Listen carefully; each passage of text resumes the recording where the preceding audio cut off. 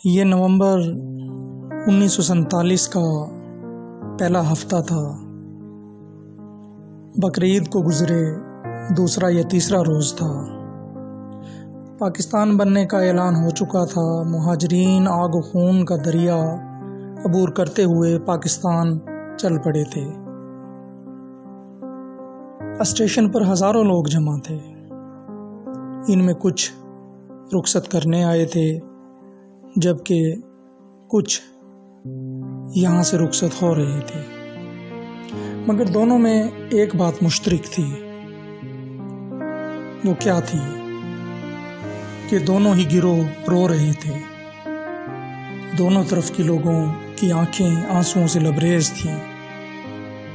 کچھ کھلے عام رو رہے تھے، کچھ آنسوؤں کو چھپانے کی کوشش کر رہے تھے۔ اور یہ رونا صرف اس دن کا رونا نہیں تھا، یہ رونا تو کئی مہینوں سے جاری تھا۔ اسٹیشن کے پاس ایک کڑیل باروب ہندو اٹھا کر زمین پر سفید کپڑا بچھائے لیٹا ہوا رو رہا تھا۔ یہ کون تھا؟ یہ مشہور ٹھاکر امراؤ سنگھ تھا۔ وہی امراؤ سنگھ جو مہاجرین کو یہ کہہ کر روکنے کی کوشش کر رہا تھا کہ ہمیں کمزور کر کے مت جاؤ، ہمارا بازو کاٹ کے مت جاؤ، ہمیں توڑ کے مت جاؤ۔ یہی ٹھاکر امراؤ سنگھ تھا جو بھری پنچایتوں میں فسادیوں اور بلوائیوں کے سامنے ڈٹ گیا کہ پہلے ہندو ٹھاکروں کی لاشیں گریں گی، پھر ہمارے بھائیوں کو کوئی نقصان پہنچے گا۔ یہ کہاں کا منظر تھا؟ یہ منظر بھوانی کھیڑا ریلوے اسٹیشن کا تھا، جہاں آج مسلمان ہجرت کا سامان باندھ رہے تھے۔ بھوانی کھیڑا جاٹو راجپوتوں کا مشہور گاؤں کہ جس کے 1910 میں قائم شدہ ریلوے اسٹیشن کو 52 گاؤں لگتے تھے۔ تحصیل ہانسی ضلع حصار کا وہ گاؤں جس میں 36 اقوام امن سے رہتی تھیں، وہ گاؤں کہ جس کے 4 محلے یعنی پانے تھے، وہ گاؤں کہ جس کا رقبہ 454 مربع کلومیٹر تھا، وہ گاؤں جس میں قیام پاکستان سے پہلے ہی ہاسپٹل تھا، ڈاک خانہ تھا، لوور مڈل سکول تھا اور 52 گاؤں کو لگتا ہوا ریلوے اسٹیشن تھا۔ وہ بھوانی کھیڑا جسے 1972 میں تحصیل کا درجہ دے دیا گیا اور اس کا ضلع بھیوانی قرار پایا۔ وہی بھوانی کھیڑا جہاں موڑ سنگھ اور پرموڑ سنگھ کی اولاد آباد تھی۔ وہ بھوانی کھیڑا کہ جہاں سے ملنے والی 12 انچ لمبی، 8 انچ چوڑی اور 2 انچ موٹی اینٹوں کا تجزیہ کیا گیا تو پتہ چلا کہ اس گاؤں کی عمر تقریباً 2000 سال ہے، لیکن جہاں رہنے والے یہ ضرور بتاتے ہیں کہ کم از کم 700-800 سال سے یہ گاؤں آباد ہے۔ میں اسی بھوانی کھیڑا کی بات کر رہا ہوں کہ جس کی ترقی مثالی تھی، جس کا پانی فولادی اور زود ہضم تھا۔ وہی بھوانی کھیڑا جو راجہ بس دیو نے آباد کیا اور بعد میں یہ اپنی اولاد موڑ سنگھ اور پرموڑ سنگھ کے حوالے کر دیا۔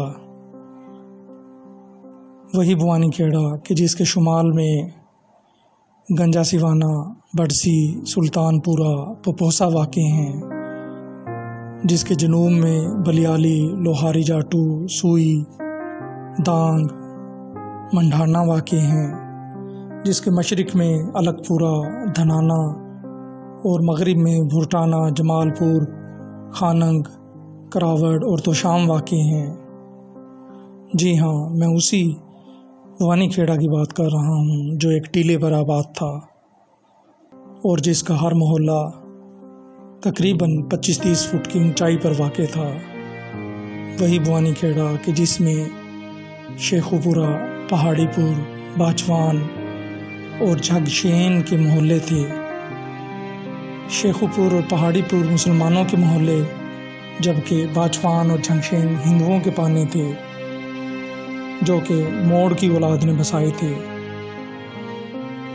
جھگشین محلے میں جالم اور خوبی کی اولاد مقیم اس وقت بھی تھی، اب بھی مقیم ہے۔ اگر جالم اور خوبی کی اولاد اس ٹرم کے اوپر روشنی ڈالی جائے تو زیادہ تفصیل میں جائے بغیر مختصر صرف اتنا بتا دینا کافی ہے کہ موڑ کی اولاد میں جاتی سنگھ کی جو اولاد تھی وہ جالم کے کہلائے اور نیمدار سنگھ کی اولاد خوبی کے کہلائے۔ جی ہاں، میں اسی بھوانی کھیڑا کی بات کر رہا ہوں کہ 1857 کی جنگ آزادی کے بعد بھوانی کھیڑا والوں نے انگریز سرکار کو، انگریز کمانڈر کو یہ کھلے عام کہہ دیا تھا کہ جب انگریز کمانڈر نے کہا کہ بغاوت کرنے والے غداروں کو معافی نہیں دی جا سکتی، زہریلے سانپ کو زندہ چھوڑنا ہمارے لغت میں درج ہی نہیں ہے اور آپ لوگوں کو معافی نہیں مل سکتی، آپ لوگوں کو سزا ملے گی، کیونکہ بھوانی کھیڑا والوں نے مغل بادشاہوں کا ساتھ دیا تھا۔ تو اس کے بعد بھوانی کھیڑا والوں کے جو نمائندے تھے انہوں نے انگریز کمانڈر کی آنکھوں میں آنکھیں ڈال کر کہا تھا کہ ٹھیک ہے، جو تم لوگ کر سکتے ہو وہ کر لو، اپنی توپیں داغ دو، اپنی فوج کو حکم دو کہ خون ریزی شروع کر دے، اور اس کے بعد پھر ہم کاؤنٹنگ شروع کریں گے، اس کے بعد پھر حساب کتاب ہوگا کہ کس کا کتنا نقصان ہوا ہے۔ تم لوگوں کی سمجھ میں عاجزی کی بات نہیں آتی تو پھر جب شیروں کی دھاڑ گرجے گی تو اس وقت اپنے نقصان کا تخمینہ کر کے بتانا کہ یہ نقصان کئی سالوں تک آپ کا پورا ہو سکے گا یا نہیں ہو سکے گا۔ یہ بات سن کر انگریز کمانڈر، جو کہ پہلے کوئی بات سننے کو ہی تیار نہیں تھا اور جو کہہ رہا تھا کہ ہماری لغت کے اندر سانپ کو زندہ چھوڑنا درج نہیں ہے، اس کا چہرہ اتر گیا اور بھوانی کھیڑا کے نمائندے جو اپنی بات مکمل کر کے جانے کے لیے مڑ چکے تھے، کمانڈر نے انہیں روکا اور انہوں نے یہ کہا کہ آپ رکیں، ہم بات چیت کے ذریعے مسئلہ حل کرتے ہیں۔ اسی بھوانی کھیڑا کے اندر حویلی بابا کریم بخش بھی واقع تھی۔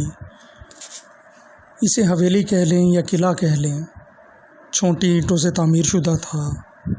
2 منزلہ حویلی جو راجستھانی اینٹوں سے، راجستھانی پتھر سے تعمیر کی گئی تھی۔ حویلی میں 101 دروازے تھے، یعنی 101 چوکھٹ تھے، جس کے اندر کھڑکیاں اور دروازے سارے شامل کر کے 101 چوکھٹ تھے۔ اور قیام پاکستان کے بعد جو ہندوستان سرکار تھی اس نے حویلی کی قیمت 2 لاکھ روپے مقرر کی ہوئی تھی۔ اب آپ اندازہ کریں کہ 1947 کا 2 لاکھ، تو وہ حویلی کیا ہوگی۔ یہ حویلی تقریباً 150 سال پہلے بابا کریم بخش نے تعمیر کرائی تھی اور اس میں 12 بھائی اور ان کے خاندان اکٹھے آباد تھے، اور اس وقت حویلی کی تعمیر پر تقریباً 1.5 لاکھ روپے خرچ ہوئے تھے 150 سال پہلے۔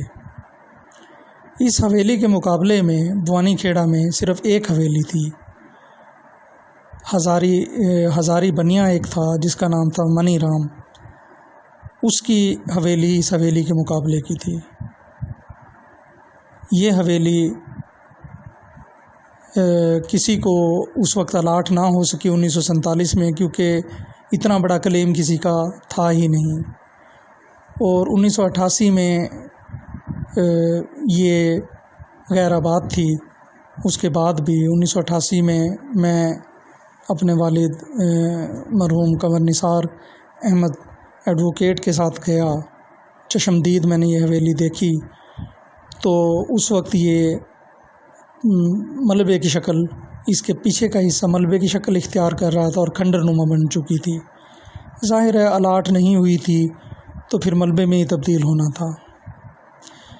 تو بات یہ ہے کہ وہ حویلی جس کا کلیم ہندوستان نے 2 لاکھ روپے منظور کیا، پاکستان بن گیا تو جب مہاجرین پاکستان میں آئے تو اس کے بعد اس حویلی کا کلیم داخل کرنا تھا۔ ڈپٹی کمشنر بحالیات اس وقت سعید الدین قریشی تھے۔ بابا جانا پھٹے پرانے کپڑے پہنے ہوئے، سادہ انداز کے اندر پرانے چپل پہنے ہوئے، جو کہ اس وقت ہر امیر غریب کا پہناوا تھا، وہ کمشنر بحالیات کے پاس گئے اور 2 لاکھ کا کلیم پٹ کیا، لیکن انہوں نے بابا جی کا حلیہ دیکھ کر 24,000 روپے کا کلیم منظور کیا۔ ناانصافی دیکھیے کہ 2 لاکھ کی حویلی اور اس کا کلیم 24,000 روپے منظور کیا۔ بابا جی غصے میں آ گئے، کلیم کو پھینک کر واپس چلے آئے کہ اتنی بڑی ناانصافی، اتنا بڑا ظلم۔ تو یہ اس وقت کی ایک عام داستان تھی کہ وہ لوگ کہ جن کے پاس بہت کچھ تھا ان کو بدلے کے اندر کچھ بھی نہ ملا یا بہت کم ملا، اور جو ذرا چالاک تھے، جن کے پاس تھوڑی بہت تعلیم تھی یا جو کوئی بھی کسی قسم کی چکر بازی کر سکتے تھے، انہوں نے بہت تھوڑے کے عوض بہت کچھ یہاں حاصل کر لیا۔ یہی داستان تھی جو ہر طرف بکھری ہوئی تھی، اور اسی حویلی کی نسبت سے اس حویلی میں رہنے والوں کی 5ویں 6ٹھی نسل کو آج بھی حویلی والے کہہ کر بلایا جاتا ہے، جو ان کی شناخت اور پہچان بن چکی ہے۔ سامعین محترم، اگر ہم بھوانی کھیڑا کے اپنے قرب و جوار کے جو دوسرے گاؤں ہیں ان سے فاصلے دیکھیں تو آپ دیکھ سکتے ہیں کہ بھوانی کھیڑا دیگر دیہاتوں سے اور شہروں سے کتنے فاصلے پر واقع ہے۔ جمال پور 7 kilometre, سیوانی 41 kilometre, Lohari 8 kilometre, Bhiwani جو ضلع ہے بھوانی کھیڑا کا وہ 30 کلومیٹر، حصار 38 kilometre, Delhi 150 kilometre, Rohtak 65 kilometre, تو شام 18 کلومیٹر، ہانسی 20 کلومیٹر، بلیالی 8 کلومیٹر، جمال پور 7 کلومیٹر، یہ بھوانی کھیڑا کے فاصلے ہیں اپنے قرب و جوار سے۔ سامعین محترم، یہ دیکھیں ایک رف سکیچ ہے بھوانی کھیڑا کا، تھوڑا سا ایک ہی جگہ پہ ساری چیزوں کو لانے کے لیے تھوڑا سا سائز اس کا چھوٹا رکھنا پڑا، تو شاید پڑھنے میں آپ کو دشواری ہو، لیکن اپنی موبائل اسکرین کو زوم کر کے چیزیں آپ کو سمجھ میں آ جائیں گی۔ اب یہ دیکھیں، سب سے پہلے یہ ریلوے ٹریک ہے، یہ شمال کی طرف ہانسی حصار ٹریک جا رہا ہے، اور جنوب کی طرف بھوانی اور دہلی یہ ٹریک جا رہا ہے۔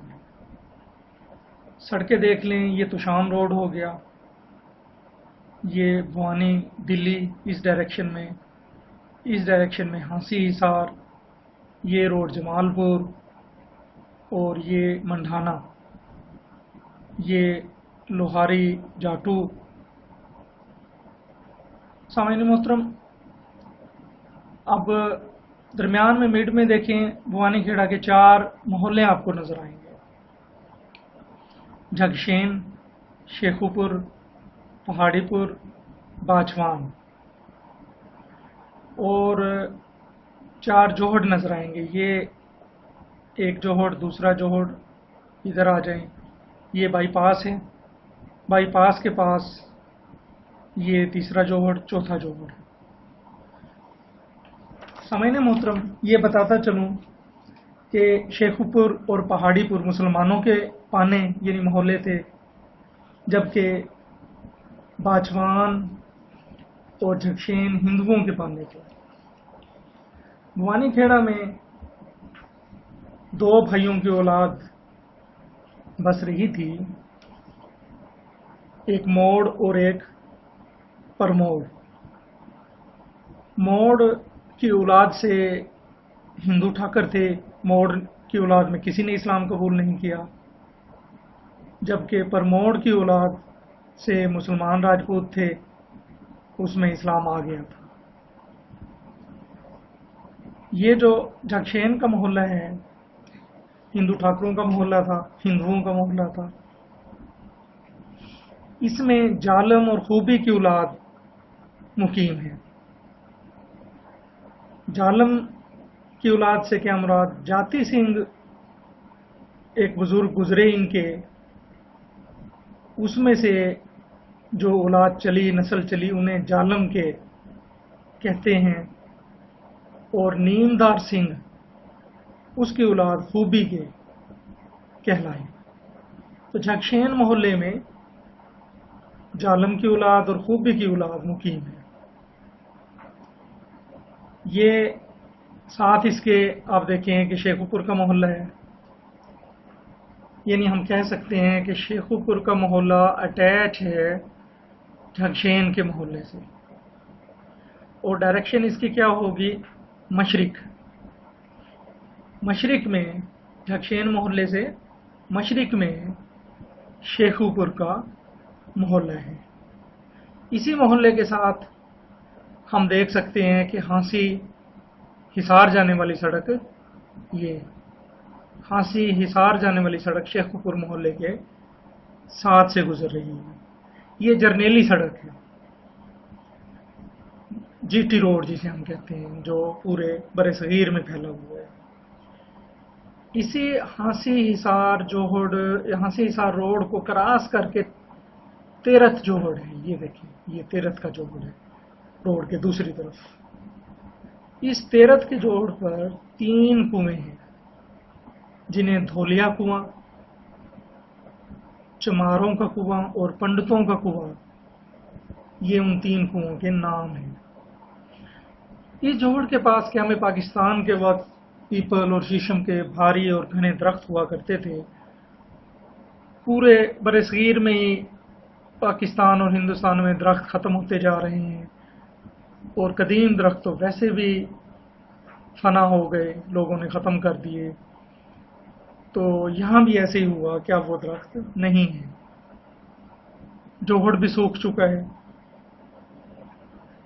جوہڑ جو ہیں اس دور کی مجبوری ہوا کرتے تھے، جوہڑ باقاعدہ پلاننگ کے تحت کھدوائے جاتے تھے، کنویں رکھنا بھی مجبوری تھا، کیونکہ یہ جوہڑ جو ہیں یہ قدرتی پانی کا ذخیرہ ہوتے تھے، اور جانوروں وغیرہ کے پینے کے لیے، نہلانے کے لیے استعمال ہوتے تھے۔ پانی بہت گہرائی میں تھا، بعض کنووں میں تو 220 فٹ کا رسہ بھی استعمال ہوتا تھا۔ تو اس طریقے سے جوہڑ، یہ میں بتا رہا تھا آپ کو کہ اب تیرتھ جوہڑ تقریباً خشک ہو چکا ہے۔ تیرتھ جوہڑ کے پاس ہی قبرستان ہوا کرتا تھا، جہاں پر اب قبروں کے نشان مٹ چکے ہیں۔ تو باقی یہیں پر بات واپس شیخو پور محلے کی طرف آ جاتا ہوں۔ اس میں پٹوار خانہ بھی موجود ہے، اور اسی محلے میں سالم کے اور شاکر کے آباد تھے،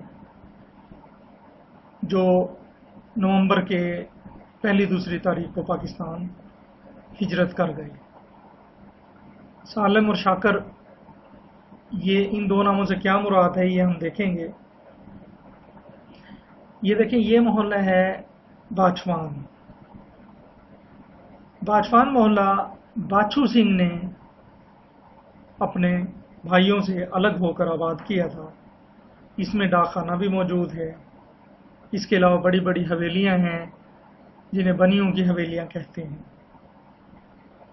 یہ محلہ اب تصویر میں تو آپ کو ریلوے لائن سے الگ نظر آ رہا ہے، لیکن یہ بڑھتا ہوا ریلوے لائن تک پہنچ چکا ہے، بلکہ کراس کر چکا ہے باچوان کا محلہ۔ ریلوے لائن کے پار، یعنی جو توشام، یہ جو سڑک ہے توشام اور بلیالی جانے والی یہ سڑک ہے، اس سڑک پر چلتے ہوئے اگر ریلوے لائن کو کراس کریں تو یہاں پر ایک بڑا جوہڑ بھی ہے اور ایک خالی میدان بھی ہے، تو شام جانے والی سڑک ریلوے لائن کراس کر کے مغرب کی جانب یہ یہاں پر اس بڑے میدان کو فوجی پڑاؤ کہتے ہیں۔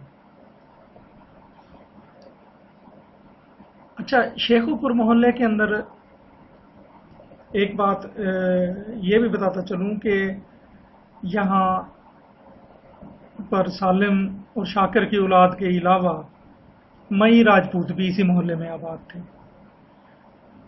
مئی راجپوت جو کہ راجپوتوں کی مشہور گوت ماہیوال، جو وقت کے ساتھ ساتھ بگڑ کر لفظ مئی بن گیا، تو مئی راجپوت یہاں پر آباد تھے، جن کی بلیالی کے مشہور خاندان راؤ ہاشم کے خاندان میں رشتہ داریاں تھیں۔ اور شیخو پور کے محلے میں مسجد بھی ہے، اور مسجد تو پہاڑی پور کے محلے میں بھی ہے، لیکن پہاڑی پور کی مسجد کی الاٹمنٹ کر دی گئی تھی، شیخو پور کے محلے کی مسجد کی الاٹمنٹ تو نہیں کی گئی، لیکن اس پر سے مینار اتار دیے گئے تھے۔ تو پہاڑی پر کا جو محلہ ہے، یہ نہ صرف یہ محلہ بلکہ باقی محلوں کے کچھ پورشن بھی اونچائی پر ہیں، کیونکہ یہ وانی کھیڑا ہی اونچائی پر تھا، تو پہاڑی پر بھی اونچائی پر ہے۔ اس میں ہندو اور مسلمان مکس رہتے تھے۔ اس میں قیام پاکستان سے پہلے ایک پرائمری اسکول بھی تھا، اور اس طریقے سے یہ چار محلوں میں ڈویژن تھی۔ تو جو شیخو پور کا جوہڑ تھا وہ تیرت تھا، یہ میں نے شروع میں بتایا، اور یہ by pass per Hansi Hisar road cross کر کے تھا۔ پہاڑی پور کا جو جوہڑ تھا، یہ جوہڑ کمال تھا، یہ دیکھیں یہ ادھر ہے، یہ جوہڑ کمال۔ یہ بڑے مشہور بزرگ تھے بابا کمال، جن کا مزار اس جوہڑ کے قریب واقع ہے، تو انہی کی نسبت سے اس جوہڑ کا نام رکھا گیا جوہڑ کمال۔ یہ جوہڑ جھگشین کا ہے، اس کا نام ہے ڈھونڈوا، ٹھیک ہے۔ تو اور جو باچمان محلے کا جوہڑ تھا اسے بڑا جوہڑ کہتے تھے۔ یہ بھی میں نے بتایا کہ جوہڑوں کے پاس کنویں بھی تھے، پانی گہرائی میں تھا۔ وانی کھیڑا جو ہے اس کا رقبہ 73,000 بیگھے تھا۔ علاقہ بارانی تھا، نہر تھی نہیں، پانی کے ذرائع ناپید تھے، پانی نہ ہونے کی وجہ سے سارا ڈپینڈنس بارش پر تھی، بارش کا انتظار کیا جاتا تھا۔ چنا، جو، باجرے کے علاوہ علاقہ کچھ پیدا نہیں کرتا تھا، لیکن قیام پاکستان کے وقت 1945 میں تقریباً نہر نکالی گئی جس کا نام تھا سندر کینال، جس سے پورا علاقہ سرسبز ہو گیا، اور یہ ایک پورے پنجاب کو خوراک پیدا کرنے لگ گیا، پورے پنجاب کے لیے۔ تو وانی کھیڑا کے مشرق میں، یعنی یہ سائڈ مشرق ہے، یہ بائی پاس ہے جس طرف، یہ نیچے یہ دیکھیں یہ ڈائریکشن میں بنی ہوئی ہے۔ تو اس کے مشرق میں ایک درگاہ ہے جسے درگاہ بابا شہید کہتے ہیں۔ یہ جگہ چری کے نام سے مشہور ہے۔ اسی طرح تیرتھ جوہڑ یہ جو ہے اس کے قریب ایک مزار بھی ہے بزرگ کا، جنہیں بابا سودی والا پیر کہتے ہیں۔ گاؤں کے اندر مندر تو ظاہر ہے ہونے ہی تھے، مندر موجود ہیں، اور گاؤں کے جنوب میں ہاسپٹل قیام پاکستان سے پہلے موجود تھا۔ یہ ڈائریکشن جو ہے نا، یہ ہے جنوب کی، ادھر قیام پاکستان کے وقت بھی ہاسپٹل موجود تھا، اور اس کے پاس ہی تھا اپنا لوور مڈل اسکول، جو اب ہائر سیکنڈری اسکول میں چینج ہو چکا ہے۔ یہ ریلوے اسٹیشن ہے، ریلوے اسٹیشن 1910 کے اندر قائم کیا گیا۔ اور یہ ریلوے اسٹیشن علاقے کے 22 دیہاتوں کو لگتا ہے، 52 دیہاتوں کو یہ لگتا ہے۔ لوور مڈل اسکول جو ہے یہاں پر ہوتا تھا، جو ٹیکنیکل ہائی اسکول میں تبدیل ہو چکا ہے۔ اسی طرح گاؤں کے مشرق میں، یہ سائڈ مشرق ہے، اس طرف آ جائیں، یہاں پر ڈاک بنگلہ موجود تھا، ابھی بھی موجود ہے، جو 1920 کے اندر تعمیر کیا گیا، اور ڈاک خانہ محلہ پہاڑی پر کے اندر موجود ہے، جو 1900 کے اندر تعمیر کیا گیا تھا۔ یہ ادھر دیکھیں آپ، یہ تھانہ ہے، یہ بھوانی کھیڑا کا اپنا تھانہ ہے۔ پہلے بھوانی کھیڑا کو ہانسی کا تھانہ لگتا تھا، ہانسی کا تھانہ اس کو لگا کرتا تھا۔ سامعین محترم، یہ دیکھیں بھوانی کھیڑا کے کون کون سے دیہات ہیں۔ شمال کے اندر گنجا سمانہ، بڑسی، پپوسا، جنوب میں بلیالی، لوہاری، جاٹو، دانگ، سوئی، منڈھانا، مغرب میں بھوٹانا، جمال پور، خانک، کراوڑ، توشام، مشرق میں کونگر، منڈھانا، الک پورہ، دھنانا۔ یہ جی تھوڑا مختصر جائزہ ہے کون کون سی فیملیز آباد تھیں بھوانی کھیڑا میں، ان کے تھوڑے شجرے کا جائزہ لیا گیا ہے۔ اس ویڈیو کا مقصد شجرا ڈسکس کرنا تو نہیں تھا، اس وجہ سے ہم نے زیادہ ڈیٹیل کے اندر ہم نہیں گئے۔ یہ دیکھیں سالم کا خاندان ہے، سالم کے ہوئے 4 بیٹے، کبیرہ، سمیرہ، لاکھا، سرجیت۔ کبیرہ کے پھر 4 بیٹے، کریم بخش، وزیر علی، رحمت اللہ، اسماعیل۔ کریم بخش کے اس کے بعد پھر 4 بیٹے، گامدین، سخاوت علی، فیض محمد، جان محمد۔ گامدین کے پھر 4 بیٹے، حبیب، شاہ نواز، اعجاز، فریاض۔ سخاوت علی کے 3 بیٹے، علی محمد، عبد المجید، محمد رفیق۔ علی محمد کا صرف ایک بیٹا، میرے والد محترم قمر نثار احمد۔ عبد المجید کے 3 بیٹے، رونق علی، محمد اسلم، حامد علی۔ محمد رفیق کا ایک بیٹا، ساجد علی۔ یہ سخاوت علی کی فیملی۔ فیض محمد کے 2 بیٹے، عبدالعزیز اور شبیر احمد۔ عبدالعزیز کا ایک بیٹا فاروق اور شبیر احمد کا ایک بیٹا شاہ محمد۔ جان محمد کے 3 بیٹے، اسلام دین، محمد لقمان، محمد شریف۔ تو اس طریقے سے یہ کریم بخش کے 4 بیٹے اور ان کی اولاد آپ دیکھیں۔ پھر وزیر علی کے پھر 4 بیٹے، نظام دین، عنایت علی، ہدایت علی، مقصود علی۔ اور اس میں عنایت علی کے یوسف، الیاس، توفیق، یوسف، عبداللطیف، عطا محمد۔ ہدایت علی کے منیر احمد، محمد یونس، عبدالحکیم، محمد صدیق، دیوان علی۔ مقصود علی کے عمر دراز، سرفراز۔ یہ رحمت اللہ کی اولاد تھی۔ تو وزیر علی کی رحمت اللہ کی اولاد 4 بیٹے۔ جیسے میں نے حویلی کا جب ذکر کیا تھا تو میں نے کہا تھا 12 بھائی اور ان کے خاندان یہاں رہتے تھے، تو اس طریقے سے یہ 12 تھے۔ کریم بخش کے 4، وزیر علی کے 4، رحمت اللہ کے 4۔ تو رحمت اللہ کے فیض علی، امام دین، شیر علی، محمود علی، یہ 4 اولاد ہو گئی رحمت اللہ کی۔ اسی سے رانا اشرف علی، پرنسپل اشرف اسکول سسٹمز وغیرہ، یہ سارے، رانا عالمگیر، علی شیر وغیرہ، یہ سارے اسی فیملی سے چلے۔ اور ادھر نظام دین سے رانا عبدالستار مرحوم وغیرہ، وہ فیملی چلی۔ تو واپس آتے ہیں، کبیرہ کی ہم نے اولاد دیکھی۔ سمیرہ کے 2 بیٹے تھے، مہد علی، مادو اور مادو خان۔ لاکھا جو ہے، لاکھا کے 4 بیٹے تھے، دفعہ نور محمد، دفعہ صاحبزاد اور شہزادہ. اور یہ جو ہے لاکھا کی اولاد، یہ رانا لیاقت،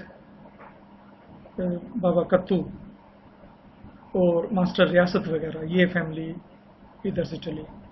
سرجیت جو ہے، سرجیت کے رحم علی، صفدر خان، سادہ خان، عبد الغفور خان، ادھر سے چلی. یہ اپنا رانا مالک، رانا خالق وغیرہ، رانا سرفراز، عمر حیات وغیرہ، اور وہ فیملی. اور رانا ایوب، ان کے والد رانا عبدالعزیز، ان کے رانا عبدالمجید وغیرہ، وہ اس خاندان سے چلے. ساتھ ہی دیکھیں دوسری ایک فیملی نظر آ رہی ہے، شاہ محمد خان، اس کا بیٹا ہوا امام بخش خان، اس کا بیٹا ابراہیم خان.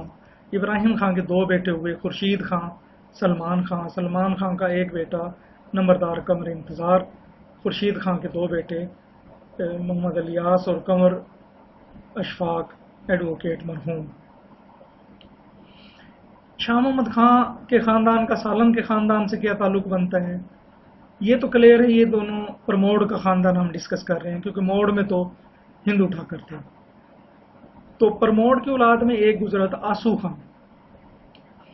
آسو خان کا بیٹا تھا پیتھے خان.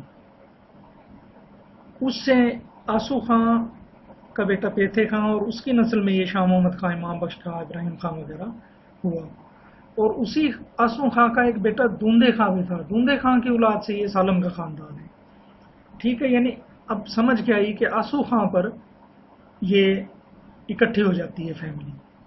اس سے اوپر یہ مختصر جائزہ تھا،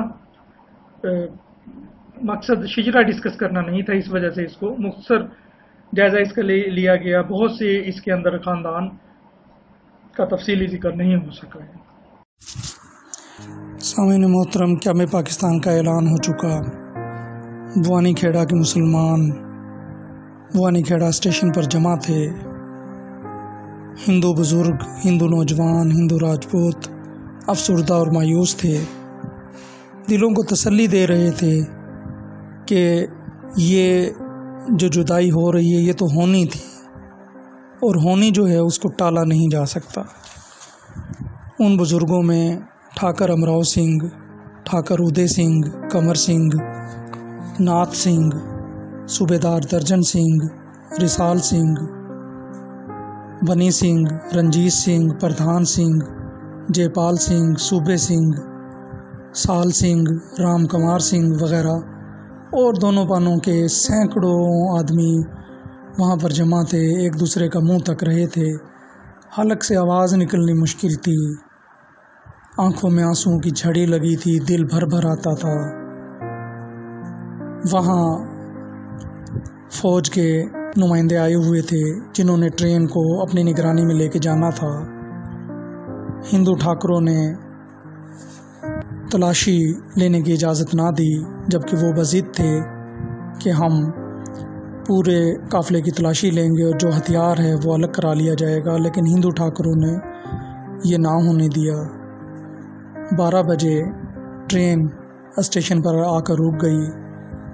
بچے، عورتیں اور بوڑھے ٹرین کے اندر اور مرد بوگیوں کی چھت پر سوار ہو چکے تھے. حفاظت کے لیے فوج کے گورکھے اور مرہٹے سپاہی ساتھ تھے. آخر ٹرین نے حرکت شروع کی. تمام ایک دوسرے کو حیرت بھری نظروں سے دیکھتے اور نمدار آنکھوں سے غم میں ڈوبے ہوئے جذبات کے ساتھ رخصت کر رہے تھے. بیگا سر جوڑی کے کنارے ٹھاکر امراؤ سنگھ زمین پر سفید چادر بچھائے لیٹا ہوا تھا اور رو رہا تھا، تڑپ رہا تھا کہ یہ کیا ہو گیا. آخرکار ٹرین بھٹنڈا ریلوے اسٹیشن پر پہنچی. راستے کے اندر حملہ آوروں نے حملہ کرنے کی بھی کوشش کی، لیکن ڈیوٹی پر تعینات گورکھے سپاہی ٹرین کی حفاظت کرتے رہے اور انہوں نے کسی بھی حملہ آور کو ٹرین کے قریب نہ آنے دیا اور نہ ہی مسافروں کو ٹرین سے اترنے دیا. آخر کار یہ ٹرین چلتی ہوئی تقریباً 3 نومبر کو بہاول نگر، سما سٹا، لودھرا کے راستے ہوتی ہوئی تمام قافلے کو لے کر جہانیہ منڈی پہنچ گئی۔ جہانیہ منڈی پہنچ کر پہاڑی پور پانا الگ چلا گیا اور شیخو پور پانے کے جتنے بھی مہاجرین تھے وہ جہانیہ ریلوے لائن کے سنتر میں ساری رات سردی میں پڑے رہے۔ جہانیہ منڈی سے ہندو اسی دن نکلے تھے۔ تحصیلدار شہر سے باہر آیا اور مہاجرین کی منت کی کہ آپ سردی میں کیوں باہر پڑے ہیں؟ منڈی خالی ہے، شہر خالی ہے، حویلیاں اور بنگلے خالی ہیں، آپ اندر آئیں اور آباد ہو جائیں۔ جہاں جہاں آپ بیٹھ جائیں گے وہ جگہ آپ کی کہلائے گی۔ لیکن چونکہ مہاجرین شہری زندگی سے ناآشنا تھے، نہ اس کلچر کے عادی تھے، نہ وہ کلچر دیکھا تھا، تو اس وجہ سے وہ خود کو پرسکون محسوس نہیں کر رہے تھے، تو انہوں نے شہر میں جانا مناسب خیال نہیں کیا۔ سردیاں گزریں تو وہ فورٹ آباس چلے گئے۔ فورٹ آباس میں کئی ماہ ایک جیننگ فیکٹری میں بسیرا کیا۔ اس کے بعد آج کا ساہیوال، اس وقت کا منٹ کمری، وہاں پر مہاجر کیمپ میں چلے گئے۔ اسی مہاجر کیمپ میں انہوں نے قائد اعظم کی وفات کا اعلان سنا 1948 میں۔ اسی کیمپ کے اندر ضلع وار آبادی کا مطالبہ کیا گیا، جس پر مجسٹریٹ نے مہاجرین کیمپ پر گولیاں چلوا دی اور کافی لوگ شہید ہوئے۔ اس کے بعد انہیں مال گاڑیوں میں بھر کر سندھ میں پھینک دیا گیا۔ وبائی بیماریوں میں کافی لوگ مرے۔ وہاں پر 1 ماہ رہنے کے بعد 1 نومبر 1949 میں ڈامرا چلے آئے۔ اب دیکھیں کہ وہ سفر جو تقریباً 1 نومبر 1947 سے جاری تھا، 1 نومبر 1949 میں ڈامرا میں آ کر ختم ہوا۔ لیکن ڈامرا میں مسئلہ یہ تھا کہ جو لوگ پہلے آ چکے تھے مہاجرین، انہوں نے اچھے مکان اور رہائشی جگہیں روکی ہوئی تھیں، تو اس وقت جو جگہ جس کو ملتی گئی وہ بیٹھتا چلا گیا، اور ایک مکان میں 10 12 خاندان بھی رہے، اور جیسے پھر دوسرے مکان ملتے گئے وہ وہاں سے اپنے مکانوں میں شفٹ ہوتے چلے گئے۔ بھوانی کھیڑا میں بہت سے چوہان راجپوت ہمارے بھائی ایسے بھی تھے جو ریاست الور سے آ کر بھوانی کھیڑا میں آباد ہوئے تھے۔ وہ چوہان راجپوت تھے اور ریاست الور کے باسنی گاؤں سے ان کا تعلق تھا۔ بعد کے اندر آ کر وہ بھوانی کھیڑا میں بس گئے اور پھر ڈامرا میں بھی بھوانی والوں کے ساتھ ہی آئے، اور اس طریقے سے اور اتنی محبت سے گھل مل کے اور تعلق اور محبت کے ساتھ قیام پاکستان سے پہلے بھی اور بعد میں بھی ان کا تعلق رہا کہ وہ کسی کو فرق لگتا ہی نہیں ہے کہ یہ بھوانی کے نہیں ہیں بلکہ باسنی کے ہیں۔ سامعین محترم، وہ قافلہ جو بھوانی کھیڑا سے چلا اور آخر کار ڈامران پہنچا، اس میں جہاں جاٹو راجپوت تھے، مئی راجپوت تھے، ان کے ساتھ ساتھ ایک بڑی تعداد قریشی فیملی کی بھی تھی۔ قریشی فیملی جو بھوانی کھیڑا سے ڈامرا تک قافلے کے ساتھ تھی، اس کے اندر ماسٹر عبدالغنی، کریم اللہ ٹھیکیدار، دھمل، طالب علی عرف طلبو وغیرہ اور ان کا خاندان شامل تھا۔ اس کے علاوہ ملک تیلی کے جو خاندان تھے، حاجی جماعت علی، ملک رفیع محمد وغیرہ، وہ لوگ بھی اس قافلے کا حصہ تھے، اور یہ تمام خاندان آپس میں بہت گھل مل کر بھائی چارے کے ساتھ بھوانی کھیڑا میں مقیم تھے۔ اگر تذکرہ کیا جائے کہ بھوانی کھیڑا سے کے مہاجر کہاں کہاں آباد ہیں، تو ان کی بڑی تعداد تو ڈامرا تحصیل و ضلع لودھرا میں آباد ہے۔ اس کے بعد